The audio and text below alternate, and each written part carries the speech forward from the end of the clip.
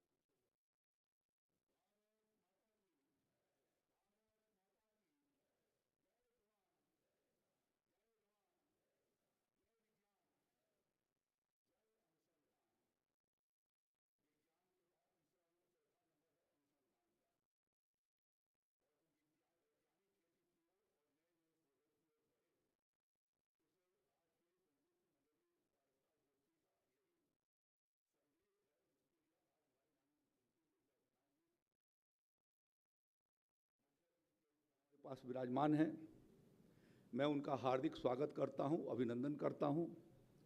माननीय सांसद रवि किशन जी का, माननीय विधान परिषद सदस्य धर्मेंद्र गुप्त जी का, आदरणीय मेयर साहब का, कृषि उत्पादन आयुक्त दीपक कुमार जी सहित सभी कृषि संबंधित अधिकारियों का, नीचे बैठे हुए सीडीओ साहबान का, सभी अन्नदाता किसान भाइयों और बहनों, मैं इन 3 मंडलों की गोष्ठी में गोरखपुर, आजमगढ़, बस्ती, इन 3 मंडलों की गोष्ठी में आप सबका हृदय की गहराइयों से स्वागत करता हूं, अभिनंदन करता हूं। आदरणीय प्रधानमंत्री जी के नेतृत्व में, माननीय मुख्यमंत्री जी के सतत प्रयासों के कारण डबल इंजन की सरकार ने कृषि क्षेत्र में बहुत बड़ा योगदान किया है और राज्य का कृषि विकास दर 18% से ऊपर जा रहा है। यह उत्तर प्रदेश का सबसे बड़ी सफलता है कि जो राष्ट्रीय स्तर से भी ऊपर उठ करके और कृषि विकास दर में हम आगे की ओर बढ़े हैं। खाद्यान्न उत्पादन हमारा लगभग 28% से ज़्यादा बढ़ा।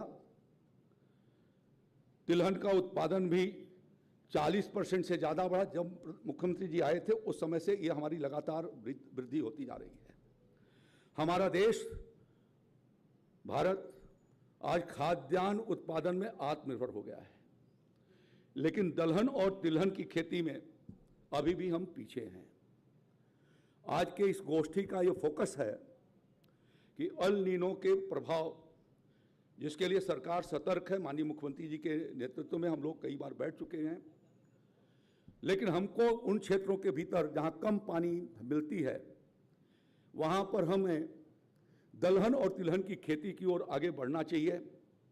और दलहन और तिलहन के भीतर प्रतिवर्ष देश में तेलों का आयात, खाने वाले तेल का आयात 1,40,000 करोड़ रुपए का होता है और दालें भी लगभग 35 से 40,000 करोड़ रुपए की बाहर से मंगाई जाती हैं, तब जा करके आपको वो कीमतों पर, सस्ती कीमतों पर हम उपलब्ध करा पाते हैं।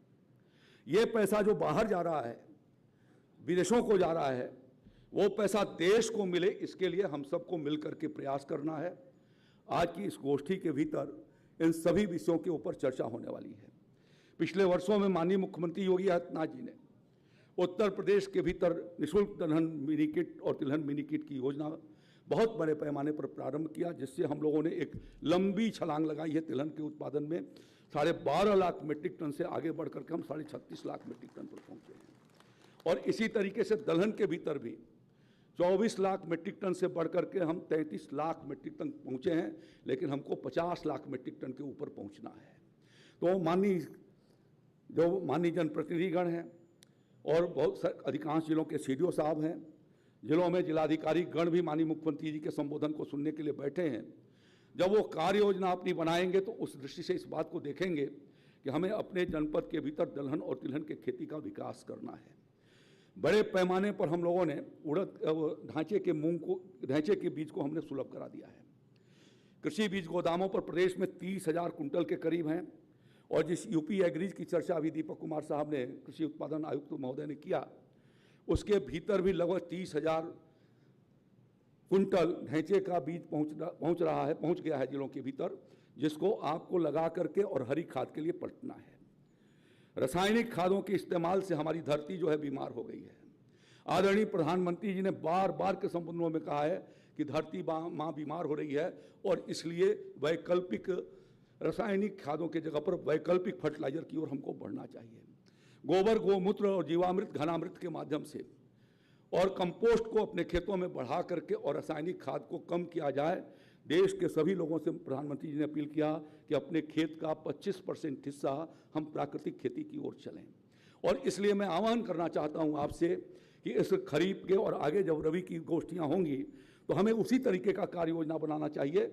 माननीय मुख्यमंत्री जी के नेतृत्व में पशुपालन विभाग और कृषि विभाग बैठ करके और एक ऐसी कार्य योजना बना रहे हैं कि हम आपको यूरिया के साथ कैसे हम जो है वो कंपोस्ट आपको फर्टिलाइजर कम से कम 1 बोरी दे सके, इस पर हम लोग कार्य योजना अपना प्रारंभ किए हुए हैं। मैं इसलिए कहना चाहता हूं कि पिछले वर्षों में आदरणीय मुख्यमंत्री जी ने जो नीतियां बनती थी वो नीतियों को बहुत बड़ा परिवर्तन किया। आपने कहा कि किसान पहले है और किसानों के हित की नीतियां बननी चाहिए, नीतियों के लिए किसान नहीं है। तो उत्तर प्रदेश ने जो ये 8-9 सालों से जो ये प्रयास किया है कि जहां जरूरत पड़ी है नीतियां किसानों के हित में बाधा नहीं पड़ेंगी, और उसका हमेशा संशोधन करते हुए आज लगभग 43-44 ऐसे जो हमारे सब्जियों के, फलों के पदार्थ हैं जो जल्दी शीघ्र नष्ट हो जाते हैं, मुख्यमंत्री जी ने उसको मंडी टैक्स से मुक्त करके और एक बहुत बड़ी सहूलियत दी। पिछले 9 सालों के भीतर गन्ने का दाम लगभग 100 रुपया कुंटल बढ़ा करके 300 से बढ़ा करके 400 रुपया किया है, और इस साल 34,000 करोड़ रुपए के गन्ने की पेराई हुई है। 34,000 करोड़ रुपए के गन्ने की पेराई में 31,000 करोड़ रुपए का भुगतान हो चुका है, और गोरखपुर मंडल और देवरिया, ये 2 जो अलग अलग सर्किल हैं गन्ना का, 90% से ज़्यादा ऊपर पेमेंट इसका हो चुका है। आदरणीय मुख्यमंत्री जी ने इन्हीं वर्षों के भीतर हमारी जो बंद चीनी मिलें थी पिपराइच की, मुंडेरवा की, और 20 साल से बंद पड़ी हुई थी, उनको चढ़ा करके और किसानों के आर्थिक ताकत को दिए जाने का जो कार्य किया है उसके लिए मैं आपकी बहुत हृदय की गहराइयों से आपकी प्रशंसा करता हूं। आज चूंकि बहुत सारे कार्यक्रम हैं, कैबिनेट की बैठक भी है, तो मैं अपनी बात को समाप्त करते हुए आगे मैं इस चर्चा के भीतर स्वयं बैठूंगा और आपकी बातों को भी सुनूंगा, तो उसका समाधान कैसे हम लोग निकालते हैं उसके पूरे प्रयास होंगे, और किसी तरीके की कठिनाई, बजट या पैसा किसान के हित में बाधा नहीं बनेगा। ये मोदी जी और योगी जी का संकल्प है, वह संकल्प के साथ किसान भाई आगे की ओर आएँ, ये निवेदन करते हुए मैं पुनः मुख्यमंत्री जी का स्वागत करते हुए अपनी बात समाप्त करता हूँ। वंदे मातरम, जय भारत, जय श्री राम। माता भूमि पुत्रो हम पृथिव्या। बहुत बहुत धन्यवाद माननीय। और अब बड़े आदर एवं सम्मान के साथ माननीय मुख्यमंत्री जी से सादर अनुरोध करती हूँ कि कृपया माइक पर आएं और हम सभी को अपने आशीर्वचनों से अभिषेचित करें। जोरदार तालियों से माइक सौंपेंगे और मन सौंपेंगे माननीय मुख्यमंत्री जी माइक पर। भारत माता के, भारत माता के, भारत माता के, वंदे वंदे वंदे।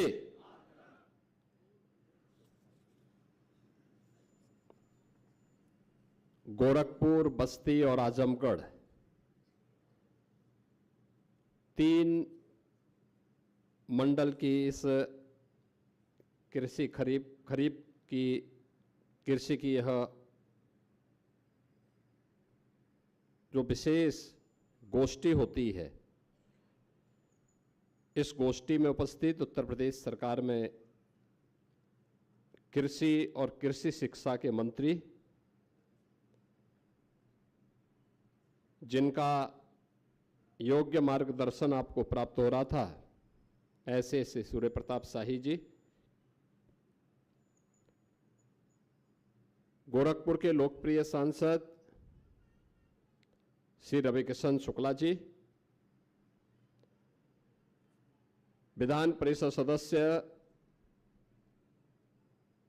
डॉक्टर धर्मेंद्र सिंह जी, महापौर डॉक्टर मंगलेश श्रीवास्तव जी, महिला आयोग की उपाध्यक्ष श्रीमती चारू चौधरी जी,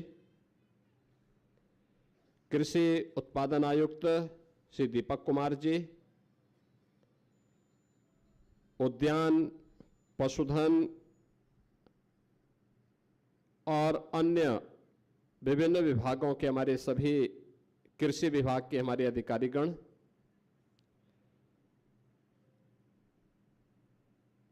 अन्नदाता किसान बहनों और भाइयों, मैं सबसे पहले इस खरीफ गोष्ठी में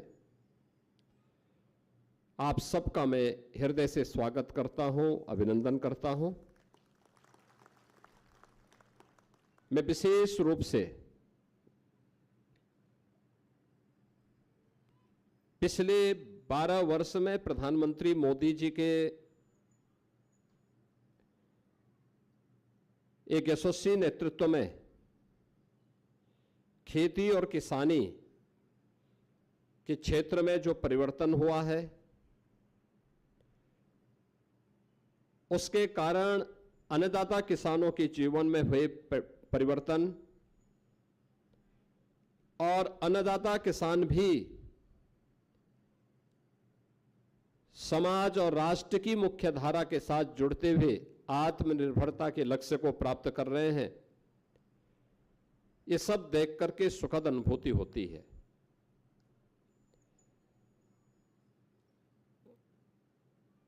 हम सब इस बात को देखते हैं कि आज से 12 वर्ष पहले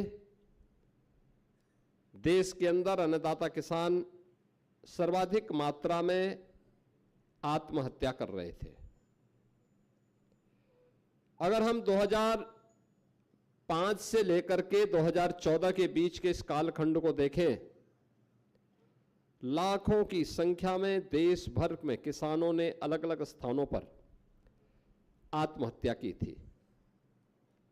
आत्महत्या के पीछे भी एक त्रासदी थी। अच्छी क्वालिटी का बीज न मिलना, लागत का बढ़ना, उत्पादन का कम होना, अन्नदाता किसान को एमएसपी का सही दाम न मिलना, आपदा से बचाव के लिए कोई उपयुक्त प्रबंधन न होना और उन्हें कोई राहत न उपलब्ध करवाना, और अगर अपनी किस्मत से अन्नदाता किसान ने मेहनत करके अन्न उत्पादन कर भी दिया तो उसके क्रय की कोई उचित व्यवस्था नहीं थी, उसका कोई अच्छा एमएसपी नहीं मिल पाता था। स्वतंत्र भारत में पहली बार हुआ है जब अन्नदाता किसान को देश के अंदर कोई सरकार कह रही होगी कि जैसे हम अपने उत्तम स्वास्थ्य के लिए अपना हेल्थ चेकअप करवाते हैं, ऐसे ही धरती माता का भी स्वास्थ्य का परीक्षण होना चाहिए और सॉयल हेल्थ कार्ड अनिवार्य रूप से प्रधानमंत्री जी ने सभी अन्नदाता किसानों के लिए फ्री में उपलब्ध कराने का कार्य 2014 में प्रारंभ किया। प्रधानमंत्री किसान फसल बीमा योजना, प्रधानमंत्री कृषि सिंचाई की योजना, इसको लागू करवाया।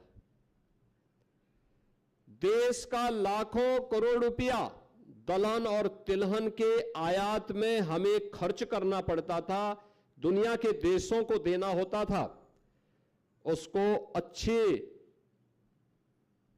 किस्म के बीज अन्नदाता किसानों को देकर के दलहन और तिलहन के उत्पादन को बढ़ावा देने के लिए विशेष अभियान प्रारंभ करने की कार्रवाई।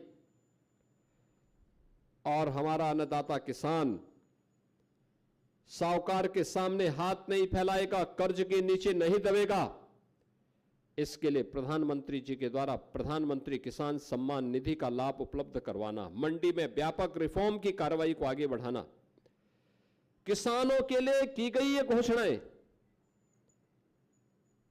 और प्रदेश में जब डबल इंजन की सरकार आई तो हमारी सरकार ने भी इस कदमों को मजबूती के साथ आगे बढ़ाने का कार्य किया। आज मैं कह सकता हूं, अन्नदाता किसान के लिए जो कदम हम सब ने उठाए हैं वह अभूतपूर्व हैं। हमारी सरकार की पहली कैबिनेट 2017 में हुई इस बात को लेकर के थी कि कर्ज के नीचे जो किसान दबे हुए हैं उन किसानों को उससे मुक्त करने के लिए हमने फसल ऋण की एक विशेष योजना प्रारंभ की थी। वहीं से योजना प्रारंभ हुई। पहली बार उत्तर प्रदेश के इतिहास में लागत का 1.5 गुना दाम अन्नदाता किसान को प्राप्त हो और जगह जगह सरकारी क्रय केंद्र खोल करके उसकी उपज को खरीदने की कार्रवाई प्रारंभ हुई। दशकों से प्रदेश के अंदर जो सिंचाई की परियोजनाएं लंबित थी, उन सिंचाई की परियोजनाओं को प्रारंभ करने, उन्हें पूरा करने का कार्य किया। और मुझे बताते हुए प्रसन्नता है कि बाणसागर परियोजना हो, सरयू नहर राष्ट्रीय परियोजना हो या बुंदेलखंड से जुड़ी हुई परियोजनाएं, इन सभी परियोजनाओं को हम लोगों ने लग करके पूरा किया। और पूरा करने के साथ ही 24 लाख हेक्टेयर भूमि को अतिरिक्त सिंचाई की सुविधा उपलब्ध करवाई है। पहली बार हुआ है जब निजी नलकूप यानी सरकारी नलकूप में तो हम फ्री में पानी देते ही है, बिजली देते ही है, लेकिन निजी नलकूप में भी किसानों को फ्री में बिजली देने की व्यवस्था की। उस सारा पैसा 3000 करोड़ रुपए हम अपने सरकार के खजाने से भरते हैं, लेकिन किसान को राहत हो इसके लिए कदम उठाए हैं। ये पहली बार हुआ। अन्य अनेक प्रकार के कदम उठाए गए और आज मैं मानता हूं उत्तर प्रदेश जैसे राज्य में, उत्तर प्रदेश देश के अंदर सबसे अच्छी उर्वरा भूमि रखता है। दुनिया के अंदर सबसे ज्यादा सिंचित भूमि हमारे पास है। अगर हम इस भूमि को देखें कि कितना प्रतिशत, हमारा लगभग 86% भूमि सिंचित है। तीनों प्रकार की फसलें यूपी के अंदर आज के दिन पे ली जा रही हैं, रबी की भी, खरीफ की भी और जायद की भी। तीनों प्रकार की फसलें यूपी के अंदर ली जा रही हैं। किसान जहां मेहनत कर रहा है वहां उसको अच्छा दाम भी मिल रहा है। लोगों ने मेहनत करना शुरू किया, अच्छा काम शुरू किया, आज परिणाम भी सामने आने शुरू हुए। लेकिन किसान, हमारे अन्नदाता किसानों की मेहनत का परिणाम हमारे सामने आया। इसने उत्तर प्रदेश को समृद्ध राज्यों की श्रेणी में लाके खड़ा कर दिया, बीमारूपन दूर कर दिया यूपी का। 8% से कृषि विकास की दर को लगभग 18% तक पहुंचाने में सफलता प्राप्त की है हमारे अन्नदाता किसानों ने। खाद्यान्न में आत्मनिर्भरता के लक्ष्य को प्राप्त किया। आज उत्तर प्रदेश देश के अंदर सबसे ज्यादा खाद्यान्न उत्पादन करने वाला राज्य है, जबकि क्षेत्रफल में यूपी देश के अंदर चौथे स्थान पे आता है। चौथे स्थान पर है, लेकिन सबसे ज्यादा खाद्यान्न उत्पादन कर रहा है, सबसे ज्यादा चीनी मिलों का संचालन कर रहा है, सबसे ज्यादा चीनी उत्पादन कर रहा है, सबसे ज्यादा इथेनॉल का उत्पादन कर रहा है, सबसे ज्यादा आलू का उत्पादन कर रहा है, वेजिटेबल का उत्पादन कर रहा है, सबसे ज्यादा दुग्ध का उत्पादन कर रहा है। ये इसलिए हो पाया है क्योंकि सरकार के साथ साथ अन्नदाता किसानों ने भी मेहनत करना प्रारंभ किया और उसका परिणाम हम सबके सामने है। ये सरकार अलग अलग फसलों के समय में, रबी के समय रबी गोष्ठी, खरीफ के समय खरीफ गोष्ठी इसीलिए करती है कि हम अन्नदाता किसानों को बीज की क्वालिटी के बारे में बता सकें, तकनीक के बारे में जानकारी दे सकें, शासन की योजनाओं से अवगत करा सके और सरकार आगे क्या कदम उठाने जा रही है इसके बारे में उनके सुझाव को भी ले सकें। कहां पे परेशानी है, हम सबका मानना है कि आत्मनिर्भरता के लक्ष्य को प्राप्त करना है तो अन्नदाता किसान उसका माध्यम बनेगा। अन्नदाता किसान से इस लक्ष्य को हम आगे बढ़ाने में सफल हो सकते हैं और हमारा अन्नदाता किसान शोषण से मुक्त हो, अभाव से मुक्त हो, अन्नदाता किसान के सामने किसी प्रकार की कोई चुनौती न हो। जहां सरकार का काम उन सभी बैरियर को हटाना है, वहीं सरकार का काम यह भी है कि हम सुविधा संपन्न करने के साथ साथ किसान को मंडी के साथ जोड़ने का काम भी करें। अच्छा सीड उसे उपलब्ध हो सके, समय पे जो भी उसकी आवश्यकताओं की पूर्ति करने में सहायक हो सके। और आज उत्तर प्रदेश जैसे राज्य में सफलतापूर्वक संभव हो पा रहा है। इस संभव का ही परिणाम है कि देश के अंदर लगभग 11% भूमि में हम 21% खाद्यान्न उत्पादन कर रहे हैं। यानी भारत की कुल कृषि उत्पादन की, कृषि योग्य भूमि की केवल 11% यूपी के पास है। आबादी 16 से 17% है, लेकिन खाद्यान्न हम इसी भूमि में उत्पादन कर रहे हैं 21% खाद्यान्न का उत्पादन हमारा अन्नदाता किसान पैदा कर रहा है। तमाम खाद्यान्न में, वेजिटेबल्स में, औद्यानिक फसलों में उत्तर प्रदेश आज देश को लीड कर रहा है। लेकिन इन सब के बावजूद हमारे सामने चुनौतियां भी हैं और मुझे लगता है देश के अंदर कमोबेश बहुत कम ऐसे राज्य होंगे जिन्होंने किसान के साथ साथ किसान के जो सह किसान हैं, बटाईदार, उनको भी और उनके परिवार के सदस्यों को भी किसी भी आपदा में, हादसे का शिकार होने पर मुख्यमंत्री कृषक दुर्घटना बीमा योजना से कवर करने का काम किया। हर वर्ष 1000 करोड़ रुपए हम खर्च करते हैं। कोई किसान किसी आपदा की चपेट में आ गया, अतिवृष्टि से, अनावृष्टि, किसी लू से, किसी आकाशीय बिजली का शिकार हो गया, वन्य जीवों के संघर्ष में शिकार हो गया, 5 लाख रुपए की सहायता अगले 24 घंटे के अंदर उस परिवार को उपलब्ध करवाने का कार्य सरकार करती है। देश के अंदर अन्य राज्यों में नहीं, हम यूपी के अंदर उपलब्ध करवा रहे हैं। लागत का 1.5 गुना दाम हम अन्नदाता किसान को उपलब्ध करवा रहे हैं। हर प्रकार की सुविधाएं उपलब्ध करवाने के लिए सरकार पूरी प्रतिबद्धता के साथ काम कर रही है, लेकिन हमारे सामने चुनौतियां भी हैं। अच्छा बीज मिले, इसके लिए पूर्व प्रधानमंत्री भारत रत्न चौधरी चरण सिंह जी के नाम पर लखनऊ में सीड पार्क का भी निर्माण किया जा रहा है। कुशीनगर में कृषि और प्रौद्योगिकी विश्वविद्यालय का निर्माण किया जा रहा है। कृषि विज्ञान केंद्र आज किसानों को उत्तम तकनीक देने और बीज की क्वालिटी के बारे में जानकारी के एक माध्यम बने हैं। इस सब के बावजूद बहुत कुछ किए जाने की आवश्यकता है। मेरा मानना है जितना हमने अपना उत्पादन बढ़ाया है, इस उत्पादन में अभी लगभग 3 गुना और हम वृद्धि कर सकते हैं। हमें बीज की क्वालिटी को देखना होगा, तकनीक को अपनाना पड़ेगा और समय पे खेती बाड़ी को और फसल चक्र को अपनाना पड़ेगा। उत्पादन अपने आप बढ़ता हुआ दिखाई देगा। और इसीलिए आज मैं आपके पास आया हूं आपसे कहने के लिए हम उस दिशा में कार्य अपना प्रारंभ करें।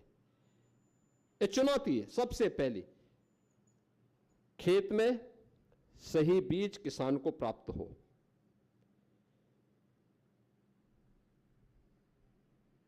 उत्पादन का पहला कार्य यहां से प्रारंभ होगा। लागत को कम करने की तैयारी और उत्पादन को बढ़ाने की तैयारी।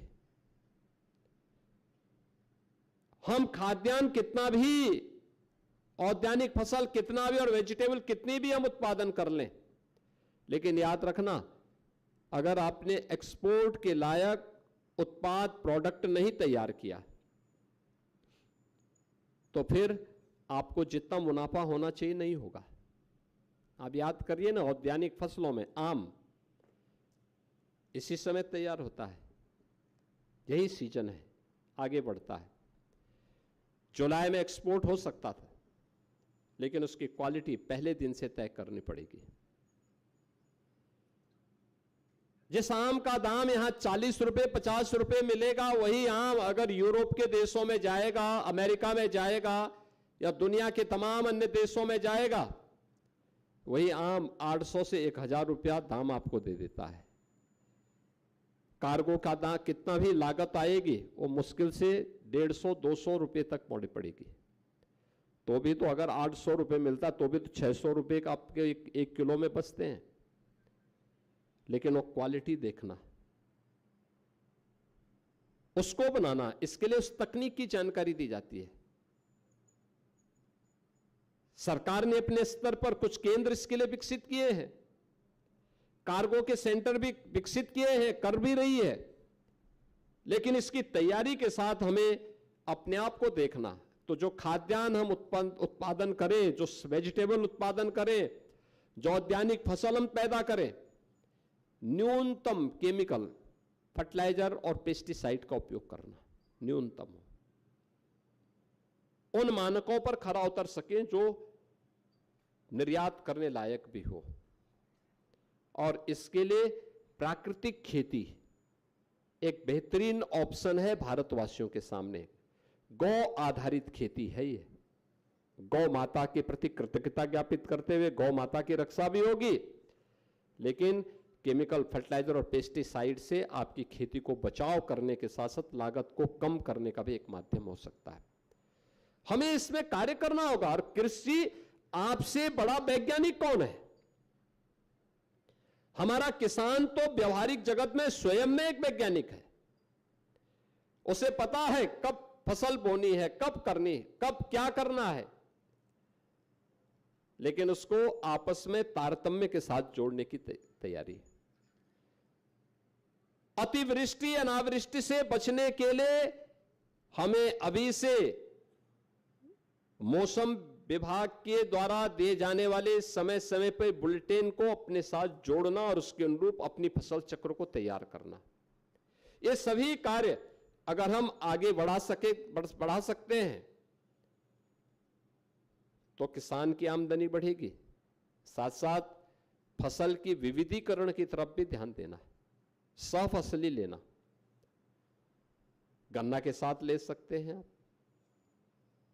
अन्य फसलों के साथ भी, वेजिटेबल्स के साथ भी आप उसको ले सकते हैं। जो किसान कर रहा है अच्छा मुनाफा कमा रहा है और मुझे प्रसन्नता है उत्तर प्रदेश में किसानों ने इन सभी तकनीकों को अपने यहां अपनाने में कोई कोताही नहीं बरती, तेजी के साथ वे उधर बढ़े हैं। मुझे गत वर्ष मध्य यूपी में कई जनपदों में जाने का अवसर प्राप्त हुआ था और मैंने देखा वहां का अन्नदाता किसान जैसे ही गेहूं की फसल अपने काटा, वह तत्काल उसने अपने खेत में मक्का की खेती प्रारंभ कर दी। और मैंने स्वयं कृषि मंत्री जी ने उन खेतों में जाकर के देखा। हम लोगों ने जब उन किसानों से पूछा भी कि इससे कोई मुनाफा हुआ, उन्होंने कहा हाँ साहब, प्रति एकड़ 1 लाख रुपए की बचत उनको हो रही है। 1 लाख रुपए प्रति एकड़।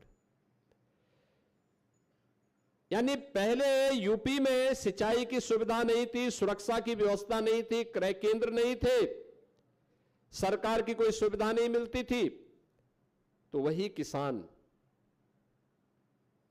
एक फसल 2 फसल बामुश्किल बोता था, अच्छे बीज भी नहीं मिल पाते थे। आज वही किसान अपने खेत में 3-3 फसल ले रहा है, अच्छा मुनाफा कमा रहा है,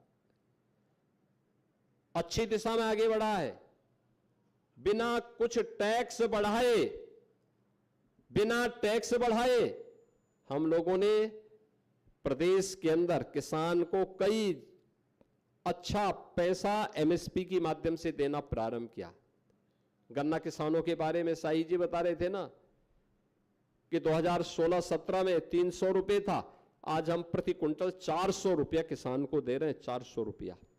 यानी ये चीजें दिखाती हैं कि सरकार लगातार इस दिशा में कार्य कर रही है और हम सभी लोग मिलकर के इसमें अगर सहयोग कर लें, तकनीक को समय पे उत्पाद अपना लें, अच्छी क्वालिटी के बीज अपना लें, केमिकल फर्टिलाइजर और पेस्टिसाइड को न्यूनतम स्तर पर लाने और उसको प्राकृतिक खेती की तरफ ले जाने का कार्य करेंगे तो उसका बेहतरीन लाभ हम सबको प्राप्त होगा। आज के इस अवसर पर खरीफ गोष्ठी इस फसल के दृष्टि से बहुत महत्वपूर्ण है और ये सौभाग्य की बात है कि यूपी में तीनों प्रकार की फसल को यूपी का किसान यहां व्यापक पैमाने पे उत्पादन करने का काम करता है। ये खरीफ की गोष्ठी खरीफ की फसल की चुनौतियों के बारे में, हमें तकनीक का उपयोग करते हुए फसल चक्र को ध्यान में रखते हुए जो भी परिस्थिति आपके सामने आती है उसका मुकाबला हम कैसे कर सकते हैं, क्योंकि इस बार मानसून औसत से कम दिखाया जा रहा है। हमारी रणनीति क्या होनी चाहिए, खरीफ गोष्ठी उसमें आपको एक गाइडेंस का काम कर सकता है, सही दिशा देने का काम कर सकता है। इस विश्वास के साथ मैं आज के इस अवसर पर इस खरीफ गोष्ठी में आए हुए आप सभी अन्नदाता किसानों का मैं प्रदेश सरकार की ओर से हृदय से स्वागत करता हूं, अभिनंदन करता हूं। कृषि मंत्री जी और उनकी पूरी टीम को गोरखपुर में 3 मंडलों की इस खरीफ गोष्ठी के लिए हृदय से धन्यवाद भी देता हूं और विश्वास करता हूं कि आत्मनिर्भर और विकसित भारत के लिए आत्मनिर्भर और विकसित खेती किसानी ये आज की आवश्यकता है और चुनौतियों के समय भी हमारा अन्नदाता किसान अपनी खेती बाड़ी से अपने आप को बाहर नहीं किया था। कोविड कालखंड में हमने आपकी ताकत को देखा है, आने वाले समय में भी हम उन देश के सामने समाज के सामने आने वाली किसी भी चुनौती का मुकाबला इसी रूप में कर पाएंगे। इस विश्वास के साथ मैं इस खरीफ गोष्ठी के प्रति अपनी शुभकामनाएं देते हुए वाणी को विराम देता हूं। आप सबके प्रति अपनी शुभकामनाएं देते हुए आप सभी का खरीफ गोष्ठी में स्वागत करता हूं। धन्यवाद। जय हिंद। बहुत बहुत धन्यवाद।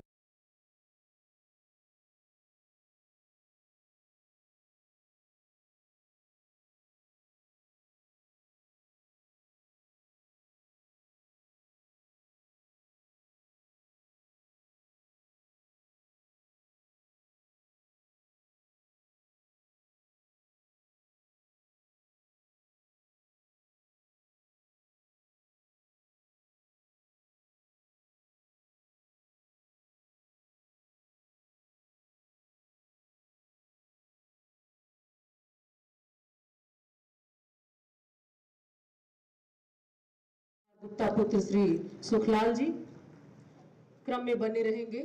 आगे तैयार रहेंगे श्री अगम पुत्र श्री हदस जी। मंच पर अभिनंदन कर रही हूँ, लाभार्थी मंच पर आ रहे हैं, तालियां बजती रहें। इसी क्रम में सादर लाभार्थी जो अगला नाम है श्री राम रतन प्रसाद श्री पुत्र ओरी जी और इसी क्रम में आखिरी नाम श्रीमती निशा यादव पत्नी श्री सुरेंद्र यादव जी। आप सभी को बहुत बहुत बधाई एवं शुभकामनाएं। लाभान्वित हो रहे हैं, तालियों के जय घोष से आप अपना आशीष दे सकते हैं।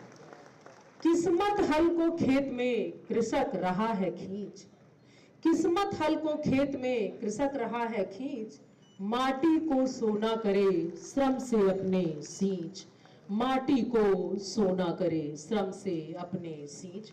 निसंदेह आप ही हैं जो सिंचित करके इस धरा को हरा भरा बनाते हैं। शस्य श्यामला ये धरा है और आशीष में हम धन धान्य से पूरित होने की जो मंगल कामना की जाती है वो सदा सर्वदा बनी रहे, अन्नपूर्णा भरी रहे।